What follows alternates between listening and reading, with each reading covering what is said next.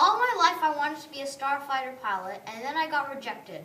Along came a little green guy named Yoda, who invited me to Jedi Academy. Now I'm at school with aliens, robots, and lightsaber-wielding bullies who can lift things with their minds. How am I supposed to compete with that? As if starting middle school isn't hard enough. That's what Rowan says when he gets rejected from Starfighter Flight Academy School. And for a few months he is he's really sad. And then he gets a letter from this Jedi named Yoda that he can come to a school called Jedi Academy. So, and the alternative school for the Flight Academy is Plant School, and anything is better than Plant School. So he goes.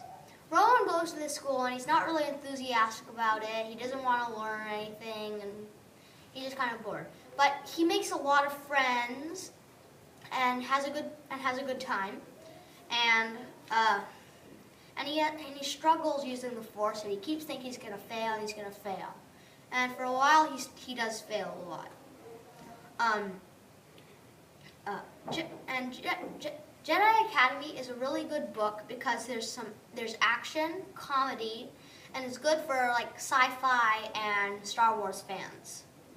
And one of the things I really like about this book is that a lot of middle schoolers can relate to this, because when he goes into middle school, he feels like he's not even noticed, and he just wants to crumple up and go somewhere.